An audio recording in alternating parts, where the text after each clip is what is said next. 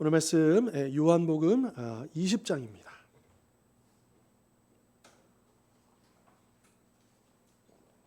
요한복음 20장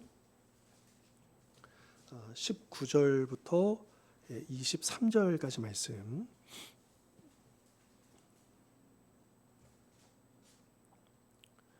신약성경 183면 요한복음 20장 19절부터 23절까지 말씀 이제 한 절씩 교독하겠습니다. 이날 곧 안식 후 첫날 저녁 때에 제자들이 유대인들을 두려워하여 모인 곳에 문들을 닫았더니 예수께서 오사 가운데 서서 이르시되 너희에게 평강이 있을지어다.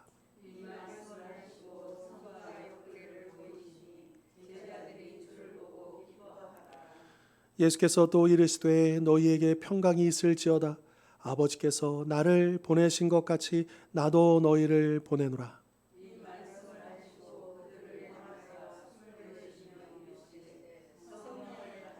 같이 읽겠습니다. 너희가 누구의 죄든지 사하면 사하여질 것이요 누구의 죄든지 그대로 두면 그대로 있으리라 하시니라. 아멘. 자, 오늘은 이제 지난 시간에는 이제 부활하신 예수님이 그 엠마오에 내려가던 두 제자. 물론 이제 성경에서 직접적으로 언급하고 있지 않지만 이 한 사람에 대해서는 이야기했죠. 누구였죠? 글로바라는 사람이었고요.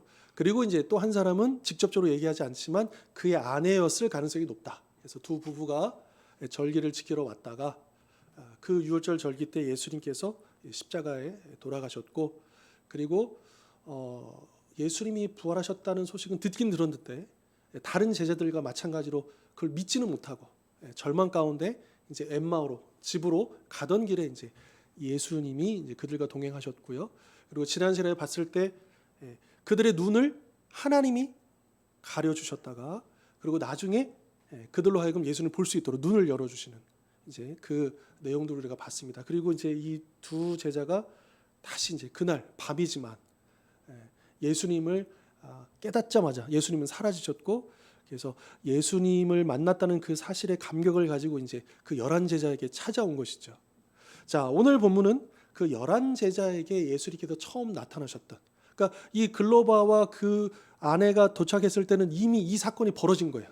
오늘 이 사건이요. 그러니까 이제 이 두 제자가 이제 엠마오에서 도착하기 전에, 그러니까 예수님께서 시간을 초월하셔서 먼저는 이제 그들과 동행을 하셨고, 그렇죠? 그래서 저녁 때 식사하시면서 그들과 있으시다가 이제 사라지신 다음에 아마 이쪽으로 오시지 않았을까 싶고요. 시간상 우리가 논리적으로 좀 연결을 해본다면요. 그리고 이제 제자들이 바로 이제 이 첫째 날 부활하신 그날 저녁 때 예수님을 만나게 되는 장면을 이제 우리가 읽었습니다. 오늘 이제 이 주제 부활하신 왕께서 자기 사람들을 보내시다. 그러니까 이제 제자들을, 그러니까 부활하신 예수님이 제자들을 만나셔서 그럼 뭐 하셨느냐? 그러니까 사도행전에 보면 이제 부활하신 다음에 승천하시기까지 40일 동안 하나님 나라 일을 가르쳤다 이렇게 말씀하고 있거든요. 그러면 이 가르침이 그냥 성경 공부만 하셨던 거냐? 그건 아니고 이제 예수님께서 그들에게 어떤 사명을 주셨다라고 하는 거죠. 그리고 사도행전에도 실제로 그 1장 8절에 뭐라고 하시냐면 너희가 땅끝까지 이르러 내 증인이 되라고 사명을 주시고 승천하시잖아요. 그러니까 40일 동안 그들에게 부활한 당신을 보여주시고 또 하나님 나라를 가르쳐 주신 목적이 어디 있었냐면, 그래 너 내가 살아났다는 거 믿고 안심하고 잘 지내, 내가 다시 올 때까지 잘 기다리고 있어, 이렇게 하신 게 아니고 그들에게 무언가를 주셨다는 거예요. 사명을 주셨다는 거죠. 그게 무엇인가 우리가 오늘 본문을 통해서 좀 살펴보았으면 좋겠습니다. 그 미국의 신학자 로버트 스피어라는 분이 계십니다. 근데 이분이 어떤 이야기를 했냐면 예수님을 따르고 싶다면 땅끝까지 예수님을 따라가야 합니다. 왜냐하면 그곳이 바로 땅끝이 바로 주님이 향하신 곳이기 때문입니다. 여러분, 그리스도인이라는 말 자체가 그리스도를 따르는 사람이라는 뜻이잖아요. 그러니까 우리가 주님을 따른다. 그러니까 우리가 주님을 믿는다는 말은 곧 주님을 따른다는 이야기고요. 그러면 우리가 주님을 따라야 되는데 어디까지 따라가야 되냐? 땅끝까지라는 거죠. 왜냐? 주님이 바로 그곳을 향하고 계시기 때문에. 주님이 그 땅끝을 향해서 가고 계시기 때문이다라고 하는 거죠. 그리고 그 땅끝은 당연히 이제 선교, 복음을 전파하는 것과 연결이 되지 않습니까? 그래서 우리는 주님을 선교하시는 하나님으로 생각하지 않고는 하나님에 관해 생각할 수 없습니다. 이런 이야기를 했다라고 하는 거죠. 여러분, 보통 우리가 땅끝하면 어디라고 얘기합니까? 땅끝하면 땅끝이 어딜까요? 여러 저기입니다, 여기입니다 이렇게 얘기할 수 있잖아요. 근데 결국에는 땅끝은 저는 두 가지라고 생각해요. 일단 첫 번째는 지구는 둥그니까 자꾸 걸어가다 보면 내가 서 있는 곳이 땅끝이에요. 그렇지 않습니까? 그런데 내가 서 있는 곳, 그냥 내가 서 있는 곳이 아니고 그곳에 우리 가정 안에, 또 내가 세움받은 일터 안에, 또 내가 있는, 나랑 관련 맺고 있는 그 사람들 가운데 믿지 않은 영혼들이 있잖아요. 땅끝은 바로 거기다. 저는 그렇게 생각합니다.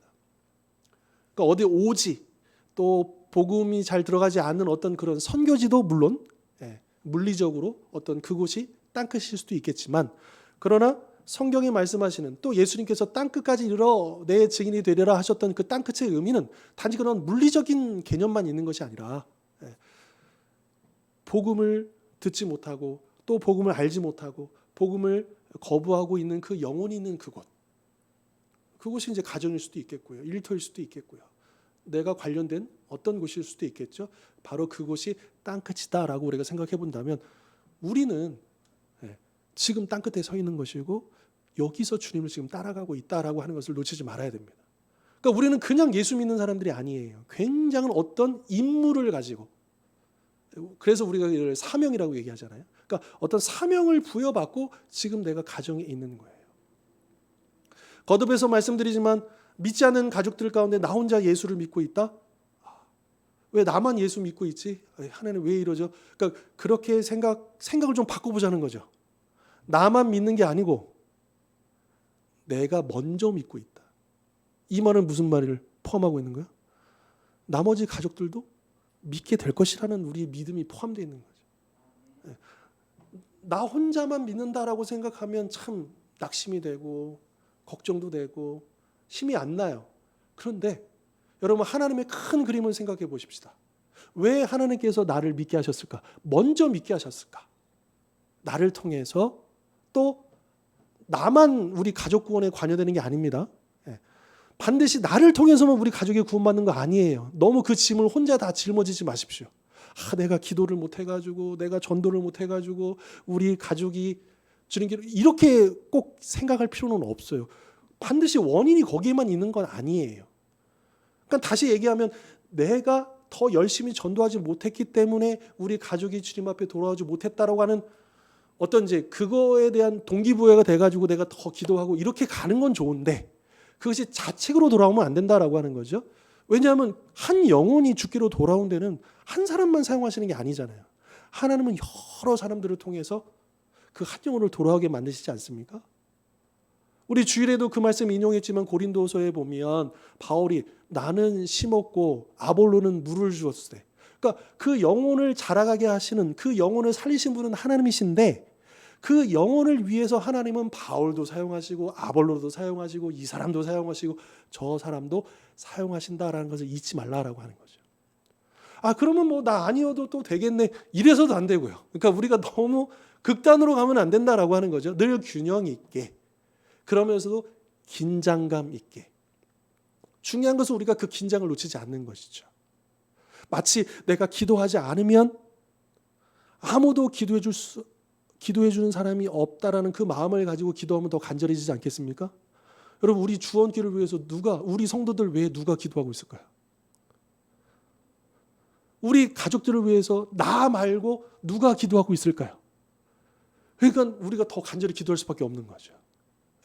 하지만 분명히 있을 거예요. 하나님은 이 교회 누구 거입니까? 하나님의 거잖아요. 하나님의 교회입니다. 목회자의 것이 아니고 임원들의 것이 아니고 헌신한 사람들의 것이 아니고 여기 주인은 하나님이십니다. 하나님의 것이기 때문에 하나님께서 행하실 거예요. 그런 사람들을 필요로 하시면 또 세우시기도 하시고 또 그들을 보내주기도 하실 거예요.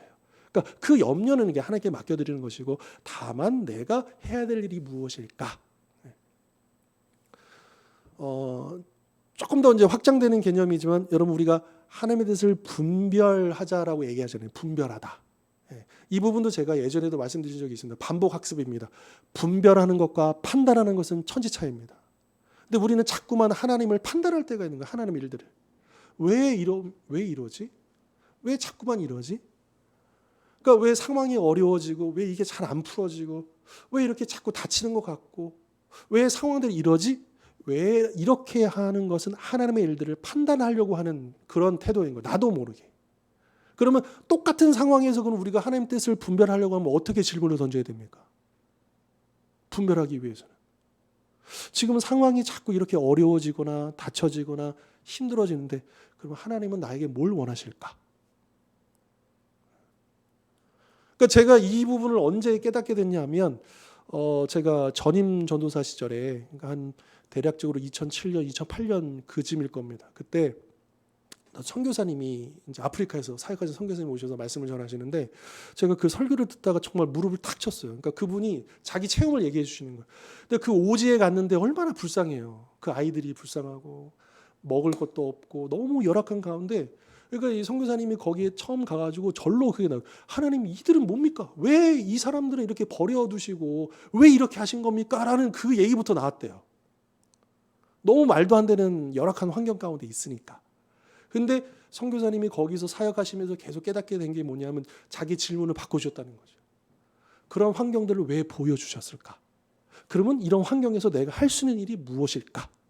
거기서 우리가 비로소 하나님의 뜻을 발견해 갈 수 있다는 거예요. 분별해 갈 수 있다는 거죠. 우리는 절대로 하나님의 행하시는 일들을 다 알 수도 없고, 또 거기에 대해서 이래라 저래라 판단할 자격도 없습니다. 근데 우리는 자꾸만 그러는 거예요. 불평하고 원망하는 게 사실은요, 물론 때로는 우리가 감당하기 어려울 수도 있고 힘들 수도 있죠. 그러나 그것이 때로는 나도 모르게 하나님의 하실 일들을 우리가 판단하고 있는지도 모른다라고 하는 거예요. 하지만 우리가 관점을 바꾸고 질문을 바꿔본다면, 똑같은 어려운 환경에서도, 힘든 상황에서도 하나님의 뜻을 분별해 갈 수 있다라고 하는 거죠. 하나님은 뭘 원하실까? 지금 하나님께서 원하신 것이 무엇일까? 그러니까 우리가 개인적으로도 그렇고 우리 공동체적으로도 그렇고 우리가 그런 질문을 좀 바꿔봤으면 좋겠습니다. 자, 다시 오늘 주제로 돌아와서 이 사명 이야기를 하고 있습니다. 땅끝 이야기를 했습니다. 우리에게 이 땅끝 선교, 복음과 관련된 어떤 사명, 이제 이것이 오늘 주제라는 것을 우리가 알 수 있을 것 같고요.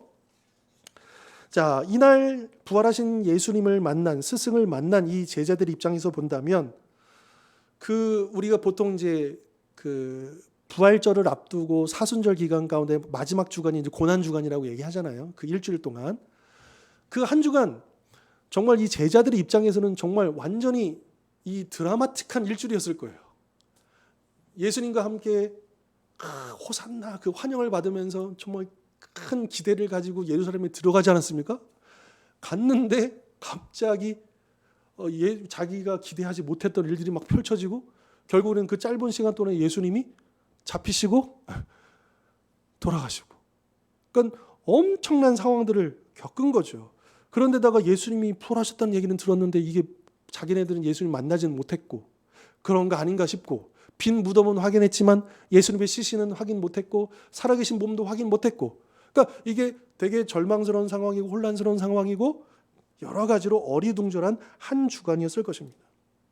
더군다나 그들은 드디어 예수님이 이 예루살렘에 들어오시면 왕이, 그 메시아가 되셔서 정치적으로 무언가 개혁이 일어나고 뭐가 뒤집어지고, 그리고 저 권력자들이 내려오고 예수님께서 정말 이렇게 하실 거라고 기대했는데 그게 다 무너진 거잖아요. 어떤 그런 상태에서 지금 그들은 두려워 떨고, 자기도 잡히지 않을까, 자기도 그렇게 잡혀서 죽지 않을까, 그 두려움 가운데 그 11제자가 서로 의지한 채 지금 한 구석에 숨어 있었다라고 하는 거죠. 자, 이때 19절 보실까요? 이날 곧 안식 후 첫날, 그러니까 안식 후 첫날 새벽에 예수님 부활하셨잖아요.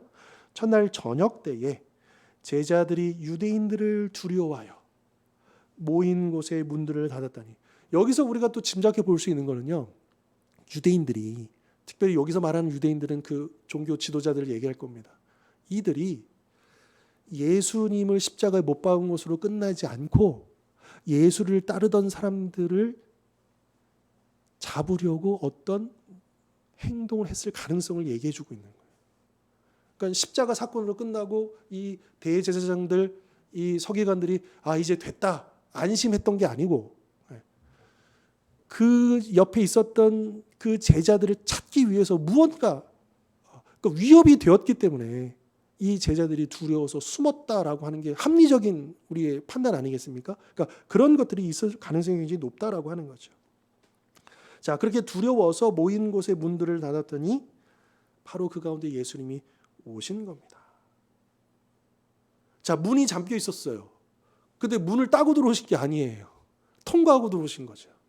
그러니까 예수님의 그 부활의 몸의 특성을 알 수 있는 거죠. 분명히 부활하시기 전에 그 예수님이 맞아요. 그 몸이 맞아요.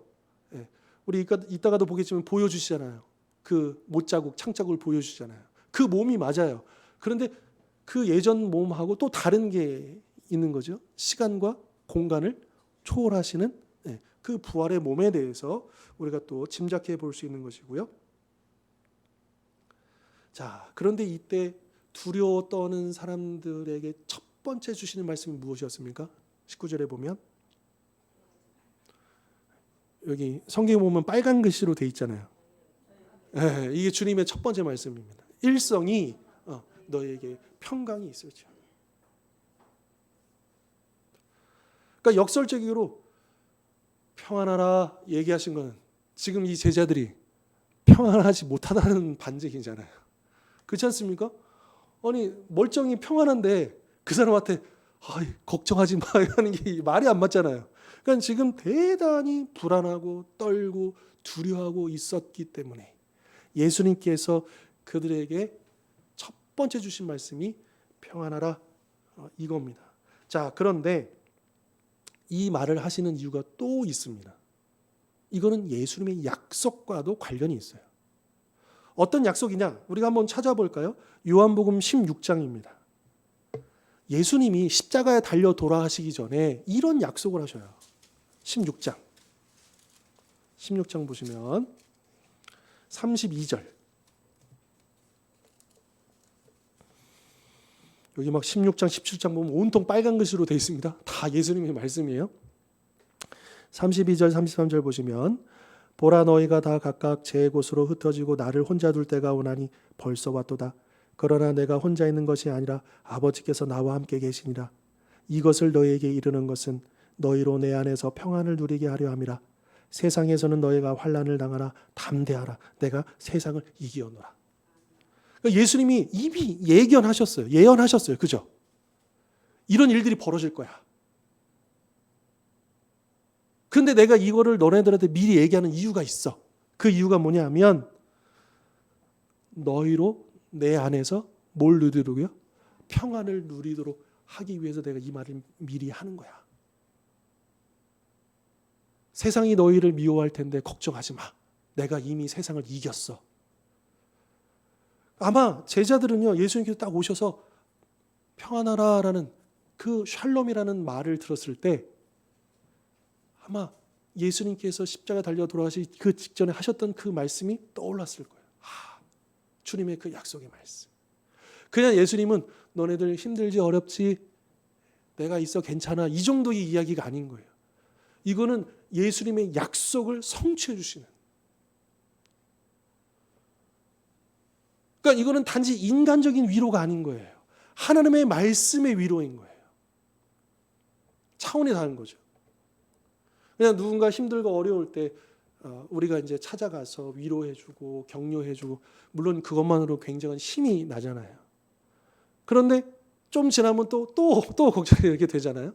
그런데 하나님의 말씀이 딱 들어오면 그 말씀이 나를 딱 붙들면 내 마음이 더 이상 불안하거나 걱정되지 않을 때가 있지 않습니까? 그런 경험 안 해보셨어요? 많이 해보셨잖아요. 이거는 사람이 주는 위로가 아니에요. 그냥 내가 나는 괜찮아, 나는 괜찮아. 자기 쇠뇌가 아니에요. 어떤 심리적인 결과가 아니에요. 말씀의 능력의 결과인 거죠. 하나님의 약속. 내가 너와 함께 할 거야. 내가 이미 세상을 이겼어. 두려워하지 마. 평강을 놓치지 마. 그러니까 우리가 분명히 힘들고 어려운 사람들에게 우리가 인간적인 위로와 격려를 해야 합니다. 당연하죠. 하지만 우리는 그 위로만 전하는 자가 아니라 하나님의 약속의 말씀을 전하는 자가 되어야 된다. 그 말씀으로 위로할 수 있는 자가 되어야 된다는 것이죠. 그래야 우리가 더 근본적으로 그 평안함을 누릴 수 있다라고 하는 것입니다.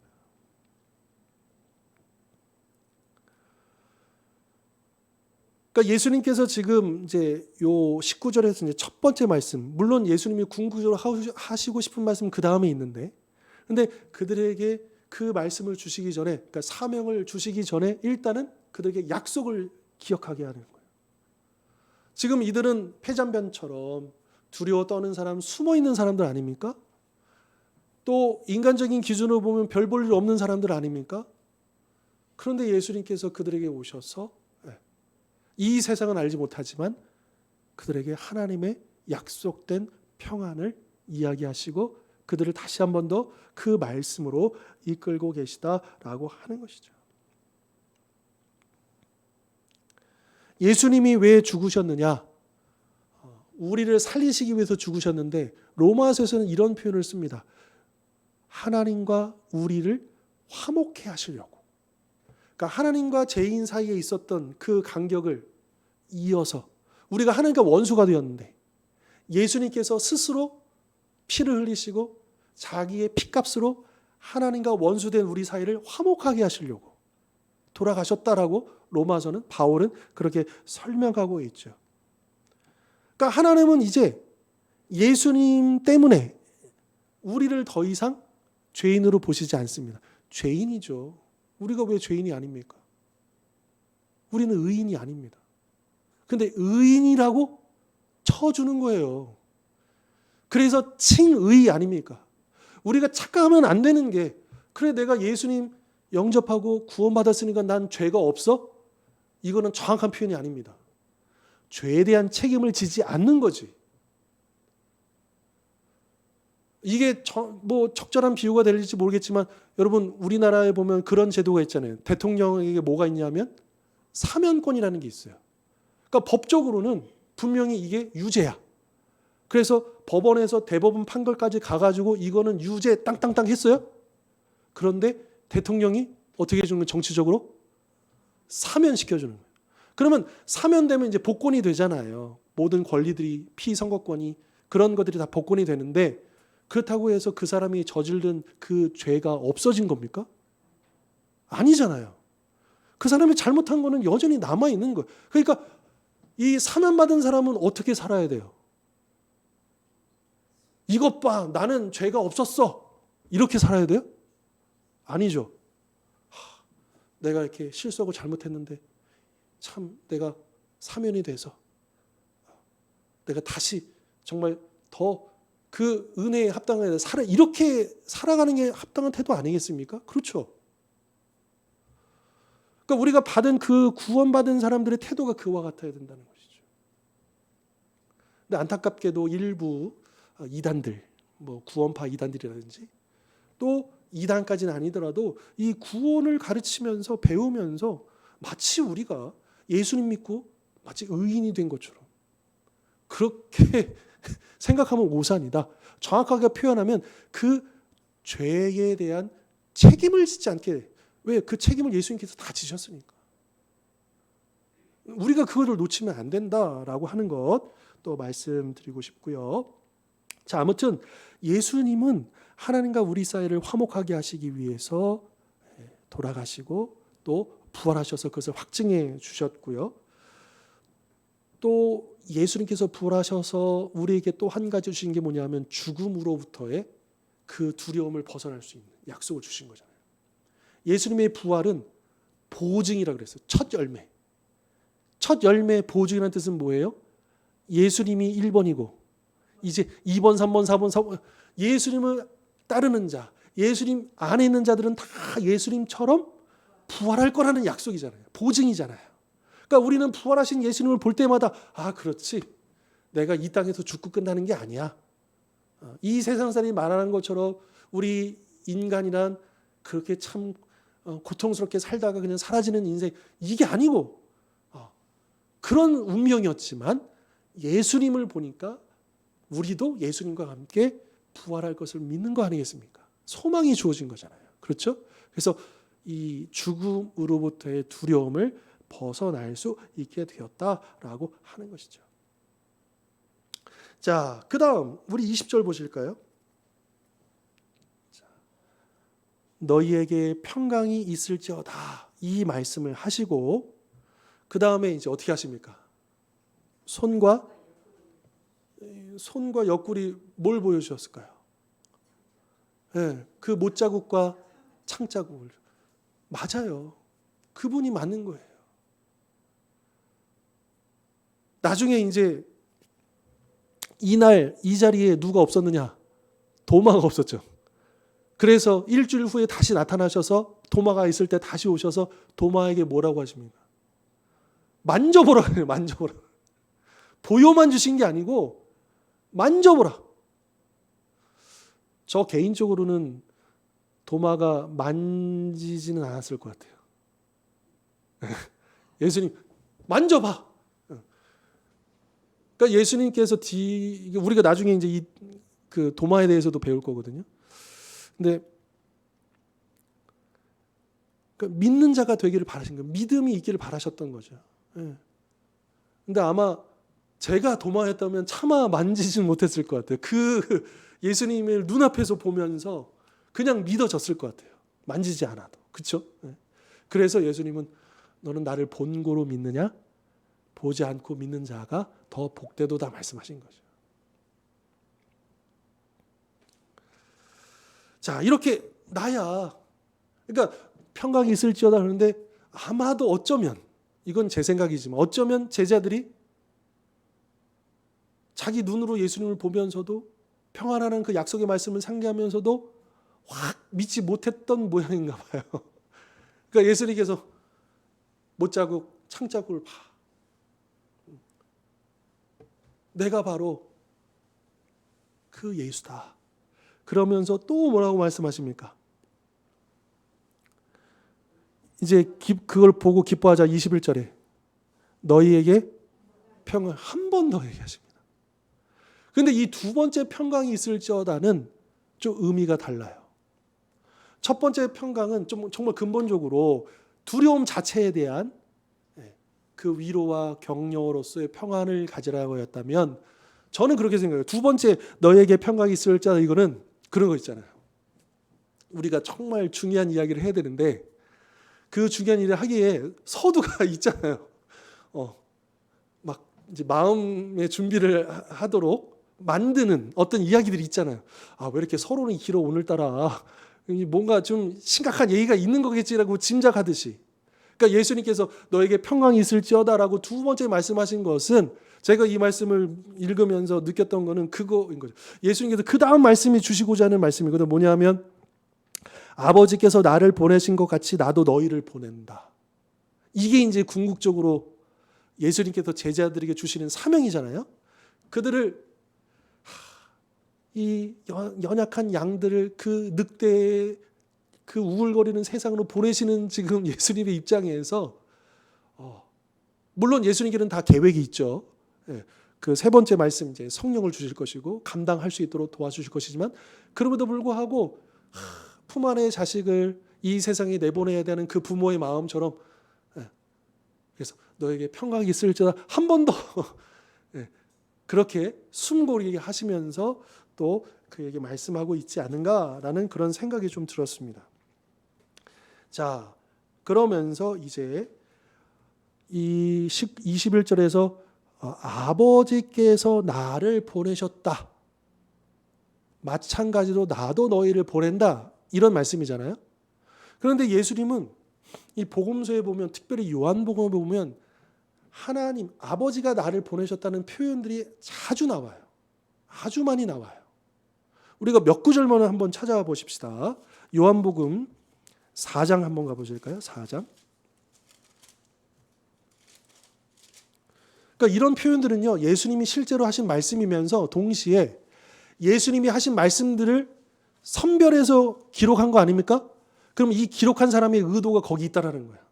예수님의 그 모든 말씀 중에서 이건 분명히 예수님 말씀이 맞아요. 그런데 그 많은 말씀들 중에서도 똑같은 말씀을 계속 반복해서 기록하고 있다는 것은 이것을 기록한 요한복음 저자의 의도가 있는 거죠.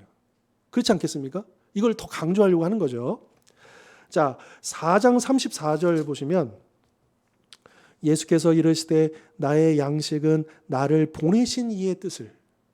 그러니까 예수님 스스로가 그 정체성이 하나님 아버지가 나를 보내셨다라고 하는 것을 직접적으로도 그렇고 간접적으로 그렇고 늘 끊임없이 계속해서 이야기해 오신 거예요. 5장 30절도 보실까요? 5장 30절. 5장 30절. 내가 아무것도 스스로 할 수 없노라. 듣는 대로 심판하노니 나는 나의 뜻대로 하려 하지 않고 나를 보내신 이의 뜻대로.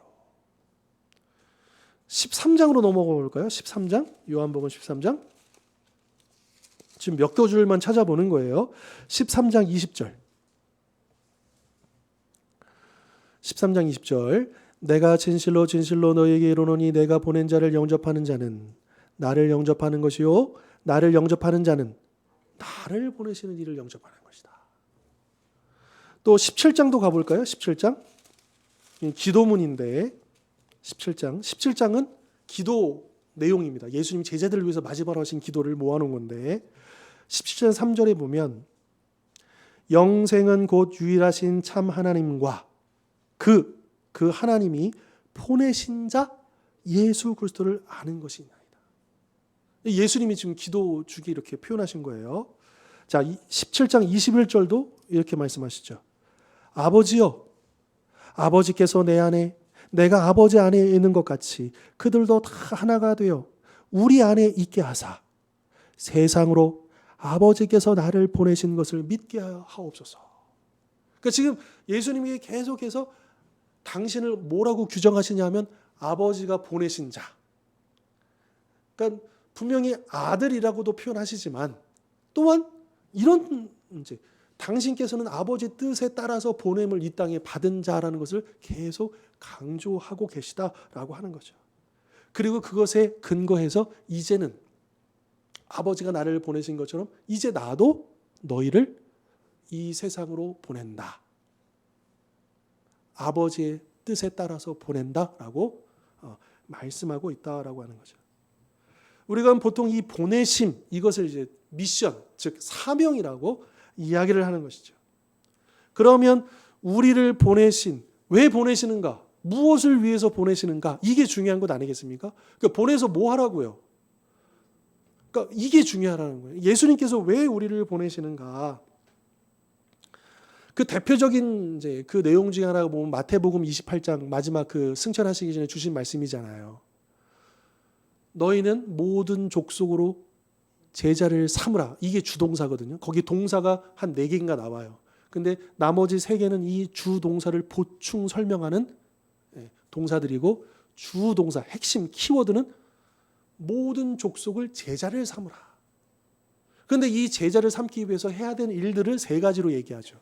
첫 번째는 뭐냐 하면 이 복음을 믿게 그리스도를 믿게 하고 두 번째로 아버지와 아들과 성령의 이름으로 뭘 줘요? 세례를 주고 그리고 세 번째로 그 예수님의 말씀대로 살아갈 수 있도록 가르쳐라. 이 3가지. 이게 그러니까 제자를 삼는 방법이라고 얘기해야 될까요? 그러니까 우리가 보냄을 받았어요. 무엇을 위해서요? 이 온 모든 백성과 방언들에게 제자 삼도록. 그래서 우리가 해야 할 일이 뭐냐? 3가지. 그들에게 복음을 전해서 예수님을 믿게 만들고 그리고 그들이 신앙을 고백할 수 있도록 스스로 세례를 주고 그리고 그 말씀대로 살 수 있도록 가르치는 이 제자화를 계속 이뤄가도록 그렇게 말씀하셨다라고 하는 거죠. 이게 교회의 본질이다. 그러니까 이 11 제자들이 이제 나중에 마띠아가 들어와서 또 12병이 채워져서 상징성 있는 이제 신약의 12 사도가 되지만, 아무튼 이 사도들, 이 제자들이 우리 신약 교회의 원형이잖아요. 출발점이잖아요. 그렇죠? 이거 예수님께서 시작하신 거잖아요. 이 교회를요. 자, 그래서 예수님께서 제자들에게 이렇게 하셨다는 것은 곧 우리 교회에게 이렇게 하셨다는 거예요. 그러니까 교회가 받은 사명은 뭐냐? 물론 우리가 성도들이 모여서 서로 교제하고 서로 사랑하고 서로 섬기고 또 그런 일들이 이루어지지만, 그러나 첫 번째 가장 큰 목적, 우리를 모으신 이유가 뭐냐? 우리를 세우신 이유가 뭐냐? 모든 족속으로 제자를 삼게 하려고. 이게 하나님의 뜻이다라고 하는 거죠. 교회의 존재 이유가 거기에 있다라고 하는 것입니다. 얼마 전에 돌아가신 미국의 굉장히 유명한 복음주의자 중에 팀 켈러 목사님이 계십니다. 근데 이 팀 켈러 목사님이 이런 말씀을 하셨어요. 하나님이 당신을 불러 복을 주시는 이유는, 아마 제가 생각할 때 이 복은 물질의 복부터 시작해서 우리 구원의 복까지를 다 얘기할 겁니다. 하나님이 당신을 불러 복을 주시는 이유는 반드시 당신을 내보내 복이 되게 하시기 위해서입니다. 하나님이 왜 나에게 복을 주셨을까? 이 복의 종착점으로 삼기 위해서가 아니고 복의 통로로 삼기 위해서. 그러니까 하나님이 왜 나에게 물질의 축복을 주실까? 건강의 축복을 주실까? 여러 가지 복을 주실까? 왜 그런 은혜를 베푸실까? 그냥 사해바다처럼 그냥 나 혼자 그 복을 다 머금을 하고 주시는 게 아니고, 그 복을 필요로 하고 있는 이 세상에 흘려 보내도록, 내보내도록. 그러니까 우리는 종착점이 아니고 통로여야 한다는 거죠. 그러므로 그리스도인은 자신의 감정적 피로를 채우기 위해 왔다가 집으로 돌아가는 영적인 소비자가 아닙니다. 무슨 말이냐면, 여러분 교회 성도들이 예배하러 오잖아요. 그런데 안타깝게도 많은 성도들이 마치 여기 와가지고 기도하면서 또 예배하면서 말씀 들으면서 자신의 어떤 피로를 채워가는 영적 소비자에 머물러 있다라고 하는 것을 비판하고 있는 거예요. 저는 이렇게 표현하고 싶어요. 마치 관람객들처럼 극장을 찾는, 전시회를 찾는 관람객들처럼 주일이면 확 모여요. 그리고 흩어져요. 이거 자체는 문제는 없어요. 다만 안타까운 건 뭐냐 하면 그들이 모이는데 마치 관람객처럼 왔다가 가버린다는 거예요. 아무런 책임의식도 없고 부담도 없고, 마치 그냥 입장권 내고 여기 와서 1시간 이렇게 같이 해주고 또 보고 느끼고 좋고 나름대로 만족하고 괜찮, 이렇게 돌아가는 사람들이 적지 않다라고 하는 거죠. 요즘 이제 조사하는 그 리서치하는 내용들을 쭉 보면 우리 기독교 지정에서는 그것들 하고 있거든요. 많이 요즘에 전문 단체가 있어서 점점 더 성도들이 이런 모양으로 가고 있어요. 예전에는 정말 그 은혜의 뜨거움을 가지고 그리고 어떻게 섬기고 봉사하고 뭔가 이런 마음들로 많이 있었다면, 요즘에는 점점 이제 아무것도 안 하고 싶은 거예요. 그냥 자기에게 어떤 책임이 부어지는 걸 너무 부담스러워하는 거예요. 그러니까 어때요? 점점 더 그 무익성을 추구하기 위해서 더 큰 교회를 찾는 거죠. 거기 가면 숨어 있을 수 있잖아요. 일단 그들도 예배는 필요해요. 예배는 필요한데 너무 작은 교회 가면 너무 바로 눈에 띄고 피할 수가 없고, 그러니까 숨어 있고는 싶어요. 예배는 또 드리고 싶은데. 그러니까 어떻게 하냐? 주변에 큰 교회에 가서 그냥 거기서 아무것도 안 해요. 그냥 관람만 하고 오는 거예요. 그리고 최소한의 의무감에서 머물러 있는 거죠. 그렇다고 해서 그 사람이 예수님을 안 믿느냐? 그렇게 말할 수는 없어요. 그죠? 그런데 이렇게 말할 수 있어요. 과연 예수님의 제자가 맞느냐?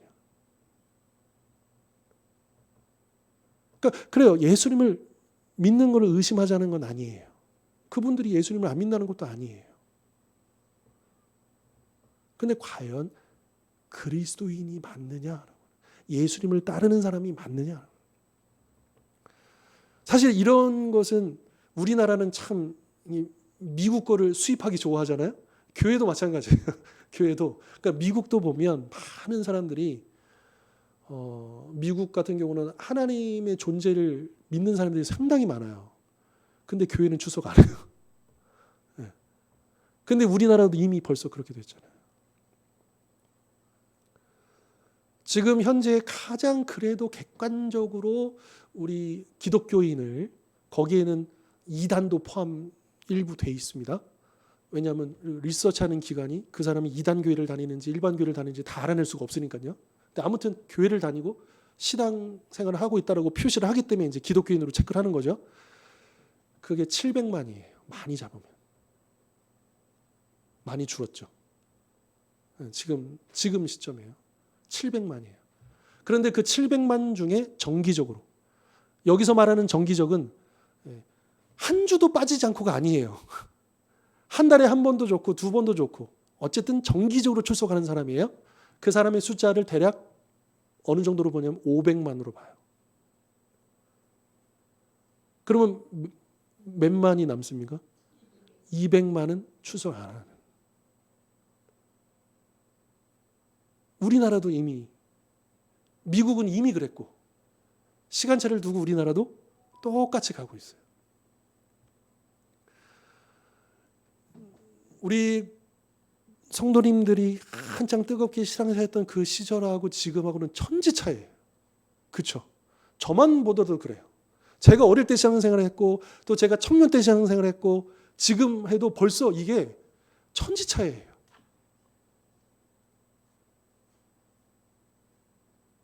물론 우리는 복음 자체, 그 자체에 대해서는 변함이 없어야 됩니다. 그렇지만 이 변함없는 복음을 가지고 이 변화되는 어떤 이 환경 속에서 무언가 우리도 변화가 필요하다라고. 그러니까 우리 과거의 경험이나 옛날에 했었던 어떤 그런 생각만 가지고 접근해서는 상당히 어렵다라고 하는 것이 대부분의 사역자들 또 많은 성도들의 이야기예요. 틀리다는 거예요. 그러니까 보통 보면 이제 예전에 또 이렇게 해서 잘 됐고 저렇게 해서 잘 된 그 일들을 지금 해보려고 하면 어때요? 어렵다라고 하는 거예요. 안 된다라고, 적용이 안 된다라고 하는 거예요. 물론 하나님의 능력과 성령의 그 능력은 이 모든 환경과 이 시대와 이걸 다 초월하십니다. 그렇죠? 얼마든지 하나님은 그걸 하실 수 있어요. 네. 그럼에도 불구하고 매번 하나님께서 그렇게 하시는 건 아니거든요. 매번 스페셜하게 그렇게 막 하시는 건 아니거든요. 우리 주님은 대부분은 보편적으로 역사하셔요. 그러니까 우리의 형편과 상황을 무시하지 아니하시고 우리 하나님은 우리의 형편에 맞게 우리의 그 상황들 속에서 계속해서 우리가 하나님의 은혜 가운데 거할 수 있도록 그 상황들 안에서, 여러분 성경도요, 이 당시의 상황들 안에 맞추어서 쓰여지는 거예요. 그렇지 않습니까? 모세 시대 때하고 이 예수님 시대하고 똑같습니까? 달라요. 그러니까 바리새인들과 서기관들이 놓쳤던 게 그거죠. 바리새인들은 예수님 시대인데 여전히 모세 시대를 살고 있는 거예요. 그러니까 복음이 이게 안 되는 거예요. 그러니까 예수님 못 박죠. 그러니까 우리도 그런 우회에 빠질 수 있다는 것을 늘 염두를 해야 합니다. 뭐 이것은 이제 오늘 주제하고 좀 벗어난 이야기라 다시 좀 돌아오고요. 제가 오늘은 조금 다른 주제를 좀 많이 얘기하고 있는데, 자, 그러면 예수님께서 평안하라 말씀하셨고 또 거듭 평안하라 하시면서 이제 아버지께서 나를 보내신 것처럼 이제 나도 너희를 보낸다, 사명을 준다. 그 사명이 무엇이었냐면 제자를 삼는 것이다, 이렇게 말씀하셨죠. 근데 문제는 뭐냐? 그 일을 감당할 능력이 우리에게 없다는 것입니다. 그래서 예수님께서 세 번째로 자 뭐라고 말씀하시냐면 22절입니다. 이 말씀하시고 읽겠습니다. 시작.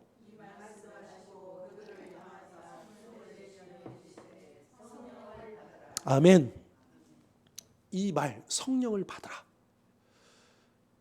이거는 우리에게 성령님이 반드시 필요하다라는 의미입니다. 우리가 이 미션을, 이 사명을 감당하기 위해서는 성령님의 능력을 힘입지 않고서는 할 수 없다라고 하는 것을 분명하게 얘기해 주시는 거죠. 여러분, 우리가 제자를 삼는 데 있어서, 이 사명을 감당하는 데 있어서 돈이 좀 부족해도 괜찮다라고 하는 거예요. 시간이 좀 없어도 괜찮다라고 하는 거예요. 우리 인간적인 경험이나 능력이 좀 부족해도 괜찮다라고 하는 거예요. 그런데 성령님의 능력이 없이는 안 된다라고 하는 것을 분명하게 예수님은 강조해주고 있는 것이죠. 자, 그런데 이 성령에 대해서도요, 예수님은 이미 약속하셨어요. 자, 확인해 볼까요? 요한복음 14장. 예수님 십자가에 달려 돌아가시기 전에, 그 직전에 제자들에게 뭐라고 약속하셨느냐, 말씀하셨느냐? 14장 15절입니다.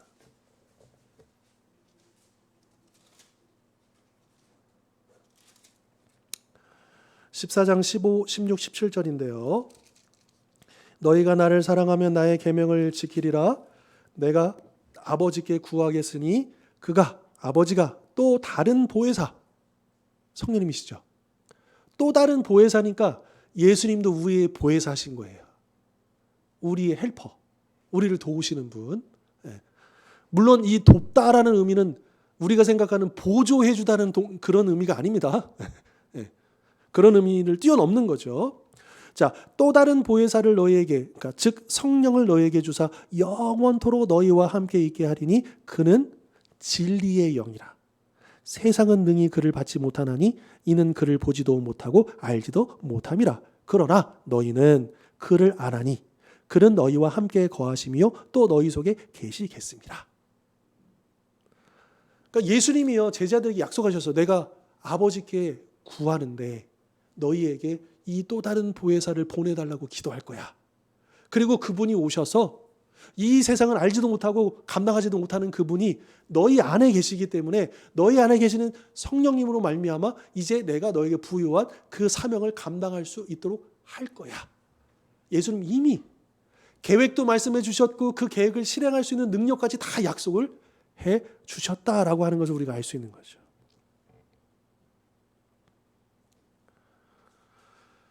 자, 그런데요, 여러분, 이날 성령을 받으라. 그러면 제자들이 이날 바로 성령을 받았습니까? 그렇진 않습니다. 그렇진 않아요. 시간차가 있었어요. 자, 이날 이 사건에 의해서, 그러니까 이게 분명히 예수님 돌아가시기 전에 약속한 바를 이제 이날 오셔서 바로 성령을 받으라 해서 성령을 제자들이 다 받게 됐다라고 볼 수 없는 것들이 뭐냐 하면 그 이후에 이제 사도행전에 보면 사도행전에 예수님께서 부활하신 그 40일 동안에도 성령과 이게 그 40일 동안에도 그러니까 이 날을 포함해서 40일 동안 지난 다음에 승천하시기 직전에 너희가 아까 그 사도행전 1장 8절에 보면 너희가 성령의 권능을 받으면이라고 되어 있어요. 받으면 땅끝까지 증인이 되리라고 해야 되죠. 그러니까 받은 거예요, 안 받은 거예요? 아직이죠. 아직이죠. 시간적으로 아직이죠.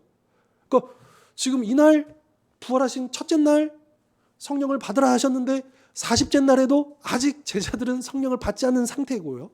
그리고 사도행전 1장이 그렇게 마무리되면서 마띠아까지 선출한 다음에 그 다음에 2장에 가서 오순절.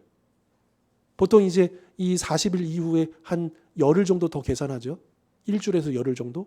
그 6월절 이후에 40일 플러스 오순절까지 계산하면 적어도 일주일에서 열흘 정도 시간이 더 흐른 다음에 오순절 날이 이뤘을 때 그때 성령이 부어지지 않습니까? 그러니까 이렇게 바로는 아니지만 반드시 될 일들, 이런 표현들이 이 성령을 받으라라고 하는 시간차가 있었다. 근데 이것은 다른 일에도 예수님께서 그렇게 표현하신 적이 있어요. 예를 들면 이거예요. 12장에 보면 우리 이것도 보십시다. 요한복음 12장 23절. 요한복음 12장 23절인데요. 예수께서 대답하여 이르시되 인자가 영광을 얻을 때가 왔도다. 여기서 인자가 영광을 얻을 때라는 무슨 때를 얘기할까요? 그죠? 네. 근데 지금 이 시점은요, 예수님께서 십자가 달리시기 한참, 그러니까 한참까지는 아니지만 시간차가 있는 때예요. 근데 예수님은 마치 당장 지금 내가 영광을 받을 때가 왔다, 내가 십자가에 지금 달릴 때가 왔다라고 말씀하시는 것처럼 보이잖아요. 그런데 이 말씀을 하시고 나서 시간이 흐른 다음에야 십자가에 달리셨잖아요. 그러니까 이런 식으로 예수님께서 표현하실 때가 제법 있었다라고 하는 거죠. 그러니까 가까운 미래에 이루어질 일들을 마치 지금 이루어진 것처럼 말씀하시는 그런 표현이다. 우리가 이렇게 이야기하면 좋을 것 같고요. 자, 그러면서 마지막 이 말씀입니다. 이 말씀도 우리가 잘 이해할 필요가 있는데 23절 마지막 보시면 너희가 누구의 죄든지 사하면 용서해 주면 사하여 줄 것이고 누구의 죄든지 그대로 두면 용서하지 않으면 그대로 있으리라 하시니라. 여러분 이 말씀 우리가 어떻게 이해해야 될까요? 자, 우리가 미션을 받고 성령의 능력을 힘입어서 우리가 복음을 전할 거 아니에요? 그러면 우리 이 복음 전한 사람에게 사실은 이거는 예수님이 그 제자들에게 주신 권세거든요. 권위거든요. 그러면 이거를 우리가 문자적으로 이해한다면 내가 만약 이 사람에게 이 사람 용서해 주면 이 사람 용서받고 구원받는 거예요? 내가 말을 해가지고? 혹은 반대로 내가 용서해 주지 않으면 이 사람은 구원받지 못하는 거예요? 문자적으로 읽으면 그렇게 읽혀지잖아요. 그럼 이게 무슨 의미일까? 이걸 우리가 오늘 좀 알아야 될 텐데 이 말의 의미는 뭐냐면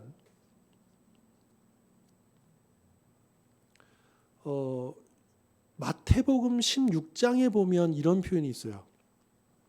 내가 천국 열쇠를 내게 주리니 내가 땅에서 무엇이든지 매면 하늘에서도 매일 것이요 내가 땅에서 무엇이든지 풀면 하늘에서도 풀리리라.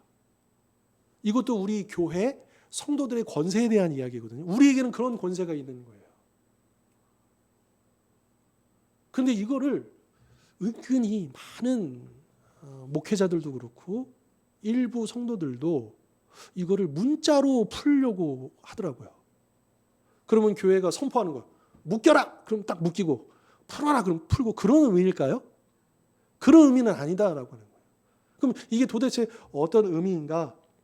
그러니까 이 말씀 우리가 용서해주면 용서가 되고 용서하지 않고 그대로 두면 그대로 있고 이건 뭐냐면 우리가 그 유죄와 무죄를 결정할 수 있다는 게 아니고 이 말씀은 우리가 그것을 알릴 수 있는 권세가 주어졌다는 거예요. 그러니까 우리가 전하는 복음에는 결국 여러분 구원받고 안 받고는 뭘로 결정되는 겁니까? 우리가 전하려고 하는 이 복음을 영접하느냐 안 하느냐에 따라서 복음을 받아들이면 구원받고 용서받고 구원받고 받아들이지 않으면 용서 못 받고 구원 못 받는 거잖아요.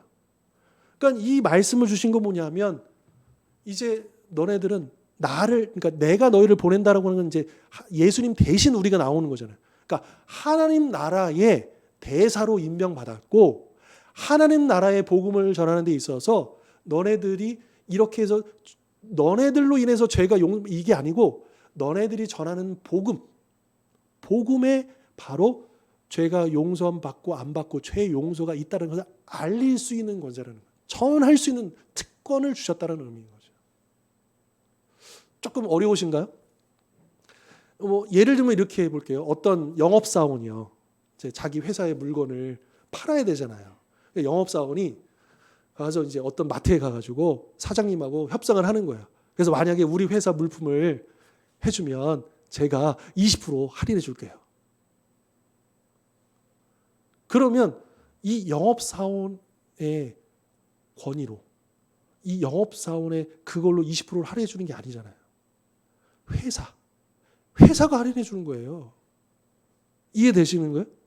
그러니까 이 사람에게는 그런 권한이 없어요. 다만 이 조건을 했을 때 이걸 받아들였을 때 20% 할인해 준다는 걸 알릴 수 있는 그 자격은 이 사람에게 영업사원에 있는 거지 영업사원이 깎아주는 게 아니거든요. 회사가 깎아주는 거예요. 회사의 허락이 있으니까 그게 가능한 거예요. 그렇지 않습니까? 그러니까 회사는 영업사원들에게 프로모션 조건을 주는 거예요. 그래서 여러분들 영업하시는데 이번에 우리 본사에서 이런 조건을 가지고 프로모션을 하니까 가가지고 영업을 하십시오. 그러면 영업사원들은 이런 조건이 있으니까 이렇게 하면 이게 깎아드릴게요. 그러면 영업사원이 깎아주는 게 아니라니까요. 이해되시죠? 그런 것처럼 우리가 복음의 영업사원이라는 거예요. 그래서 너희가 누구의 죄든지 사하면 사하여질 것이고 그대로 두면 그대로 있으라고 하는 이 말씀은 우리가 유무죄를 결정한다는 게 아니라 우리가 지금 영업하려고 하는 이 복음, 그래서 이걸 복음을 받아들이면 구원 받을 거예요 라고 할 수 있는 그 영업권이 우리에게 주어졌다. 조금 더 이해가 되셨습니까? 그러니까 이거를 그렇게 해서 그러니까 어떤 분들은 그러니까 교회가 이런 권세가 있어. 그래서 이 세상에 물권도 무엇도 다 묶을 수 있는 권세가 있어. 그래서 성경을 오역하는 거예요. 하나님은 그렇게 말씀하신 적이 없어요. 근데 그들은 그렇게 철떡같이 미쳐. 이 성경 봐봐. 그 뭐냐면 문자적인 해석의 문제인 거예요. 그 맥락과 그 의미들, 그 뜻을 파악하지 못한 채 그저 문자적으로만 읽고 자기 느낌대로 필대로 그래서 마구마구 적용하다 보니까 그런 식이 되는 거죠.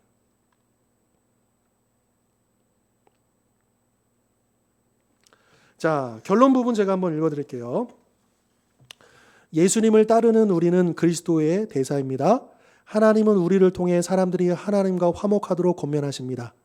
요한복음의 첫 장에서 우리는 사명자, 즉 하나님께로부터 보내심을 받은 한 사람을 만났습니다. 그가 누구냐? 세례 요한인데요.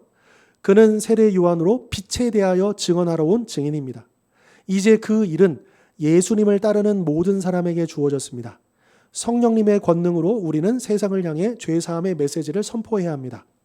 그리스도인으로서 우리는 하나님과 고난받으신 구원자의 형상을 가진 보내심을 받은 백성이라는 사실을 항상 기억해야 합니다. 이러한 생각은 세상 사람들에게 평화의 복음을 선포할 때 예수님의 사명의 발걸음을 따라가도록 이끕니다.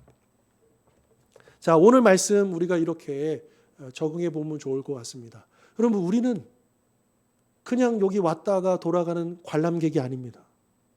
영적인 어떤 소비자가 아닙니다. 우리는 사명자입니다. 저와 같은 사역자들만 사명자가 아니고 우리 모든 성도들이, 저를 포함해서 우리 목회자를 포함해서 우리 모든 그리스도인들이 사명자입니다. 이 복음의 사명자로 우리가 세움받았다는 것을 기억하시고, 그래서 우리 달리 보면 우리 복음의 사명자고, 이것은 달리 표현하면 복음의 영업사원이 됐다. 우리가 하나님 나라에 이 복음을 판다는 것이 좀 너무 좀 이게 약간 좀 세상적으로 표현되었지만, 우리가 이 복음을 팔아내야 하는, 전파해야 되는 영업사원으로서 이제 우리가 그 특권을 가지고 성령의 능력을 힘입어서 우리가 땅끝까지 예수님께서 바라보고 계시는 그 영혼을 향해서 우리가 날마다 이 사명을 감당할 때에 우리 신앙생활의 의미가 있는 것이고, 그것이 우리가 이 땅에서 마땅히 해야 할 사명이다라고 하는 것이죠. 그냥 기도 열심히 하고 말씀 듣고 하나님 만나고, 그러니까 그냥 개인적인 어떤 영적인 경험을 하는 그런 거는 다른 종교도 다 있어요. 근데 우리는 그저 영적인 체험을 하려고 나의 어떤 소비자가 아니라니까요. 우리는 특공대와 같은 사람들이고, 특별히 부르심을 받았고, 구별되었고, 우리 가정에서 내가 먼저 부름을 받았고, 우리 주변 동료에서 내가 먼저 부름을 받았고, 그런 특별한 사람들인 것을 여러분 기억하시길 바랍니다. 그리고 이 사명감을 가지고 성령의 능력을 날마다 구하시면서 그 능력으로 이 복음의 통로로 또 복음의 영업사원으로 쓰임받는 우리 모든 성도님들 되실 수 있기를 주님의 이름으로 축원합니다. 기도하겠습니다.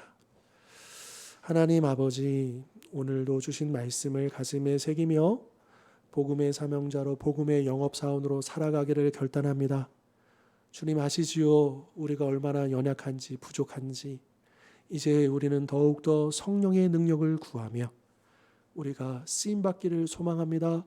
주 우리를 통하여 그 죄사함의 권세가 있는 복음이 선포되게 하시고, 나를 통하여 그 한 영혼이 돌아오는 기쁨을 맛보게 하여 주시옵소서. 우리 가정 안에도, 우리 동료들 안에도, 우리 이웃들 안에도 그 영혼들이 있음을 놓치지 않게 하시고, 이제 그 영혼들을 바라보며 우리 주님이 나를 위하여 쉬지 않고 기도하시는 것처럼 우리도 그 영혼들을 포기하지 않고 기도할 수 있는 은혜 또한 더하여 주시옵소서. 그래서 우리 온 성도들이 이 해산의 수고를 감당하여 영적인 열매를 거두는 축복 더하여 주시옵소서. 예수 그리스도의 이름으로 기도하옵나이다. 아멘. 이제는 우리 주 예수 그리스도의 십자가의 은혜와 하나님 아버지의 영원하신 사랑과 보혜사 성령님의 하나 되게 하심의 역사가 오늘 주신 말씀처럼 복음의 사명자로, 복음의 영업사원으로 그렇게 부름받았음에 감사하여 남은 인생 그 일을 위해 성령의 능력을 힘입어 끝까지 충성하기를 결단하고 소원하는 우리 모든 하나님의 백성들 머리 위에 영원토록 함께 하옵시기를 간절히 축원하옵나이다. 아멘.